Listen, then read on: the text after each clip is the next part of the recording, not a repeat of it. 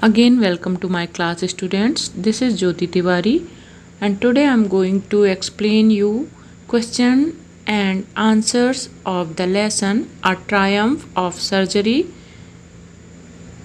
which belong to your supplementary reader book Footprint Without Feet. सबसे पहले हम discuss करेंगे read and find out title के अंतर्गत दिए गए क्वेश्चंस एंड आंसर्स को, जो कि आपके पेज नंबर 1 में दिए गए हैं। और यदि आप अपनी स्टडी के लिए हमसे जुड़ना चाहते हैं तो आप सब्सक्राइब कर सकते हैं हमारी YouTube channel English with Jyoti ma'am को।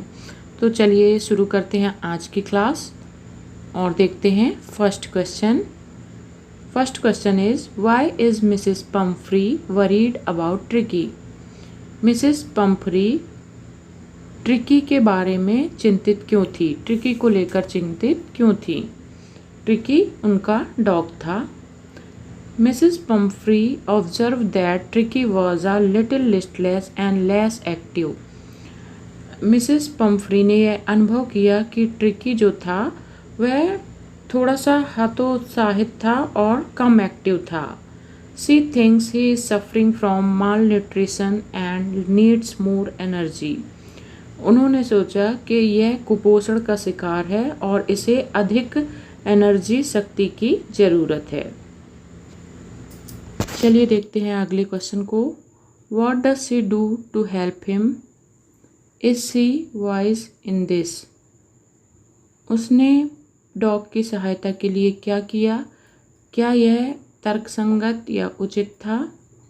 Answer, she thinks that tricky was suffering from mall nutrition. उसने मीन्स मिस पम्फ्री ने सोचा कि ट्रिकी जो है वह कुपोषण का शिकार है। So she started to give him some extra to eat between meals.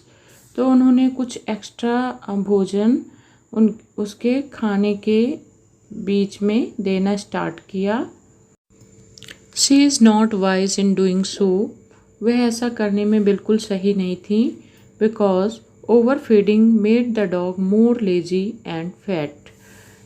अधिक खिलाने के कारण वह जो डॉग था वह मोर लेजी मतलब अधिक आलसी एंड फैट मीन्स मोटा हो गया था।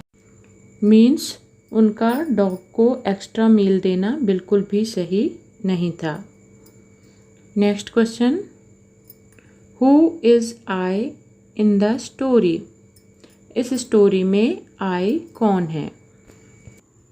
The narrator James Harriet is I in the story. इस कहानी के वर्णनकर्ता और राइटर जेम्स हैरियट ही आई हैं। चलिए अब देखते हैं questions and answers read and find out second के, जो कि आपके पेज नंबर 3 में दिए हुए हैं। First question is the narrator as rich as Tricki's mistress. क्या वर्णनकर्ता उतना ही धनी है जितना कि ट्रिकी की मालकिन। Answer, I think the narrator is not as rich as Tricki's mistress.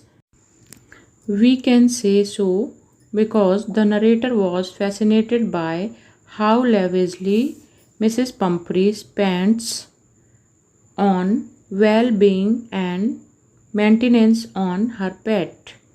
हम ऐसा इसलिए कह सकते हैं कि वर्णनकर्ता उतना अमीर नहीं था जितनी कि ट्रिकी की मालकिन, क्योंकि जो मिसेस पम्फ्री थी वह अपने पेट मीन्स पालतू डॉग की देखरेख में और उसके अच्छे होने के लिए बहुत ज़्यादा खर्च करती थी और इस बात से लेखक बहुत अधिक प्रभावित था।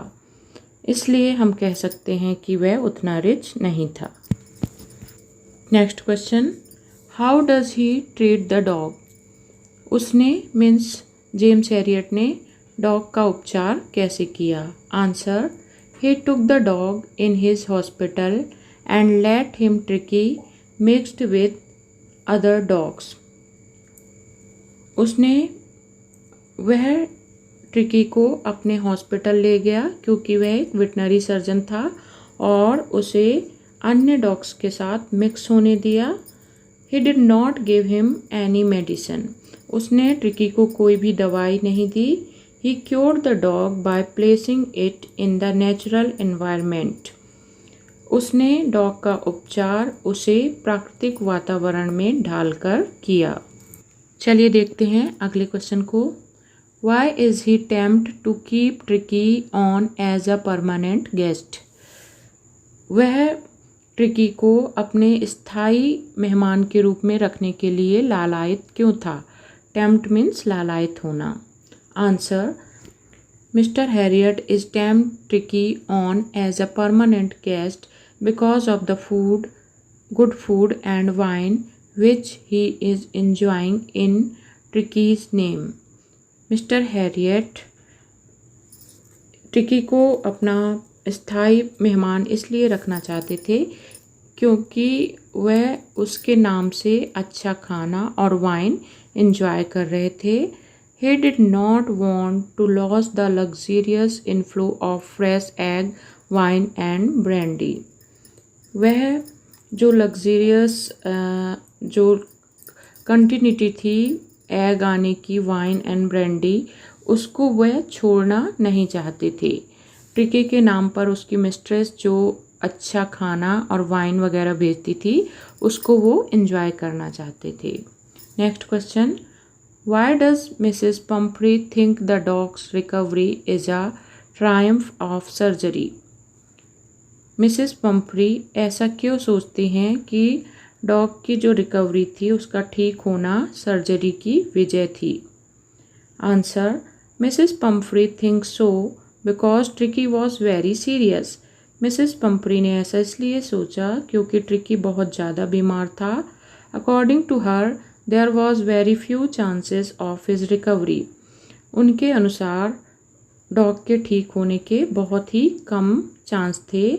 दस she was on opinion that his revival without any medical treatment was a great achievement. उनका मानना था कि उसका फिर से ठीक होना बिना किसी दवाई के एक बड़ी उपलब्धि है। So she called it the Triumph of surgery. इसलिए ट्रिकी के ठीक होने को उन्होंने सर्जरी पर, सरल चिकित्सा पर विजय पाना कहा, क्योंकि उनके अनुसार ट्रिकी केवल सर्जरी से ही ठीक हो सकता था, परंतु वह बिना किसी ट्रीटमेंट के ठीक हो गया। यह सर्जरी पर विजय प्राप्त करने जैसा था।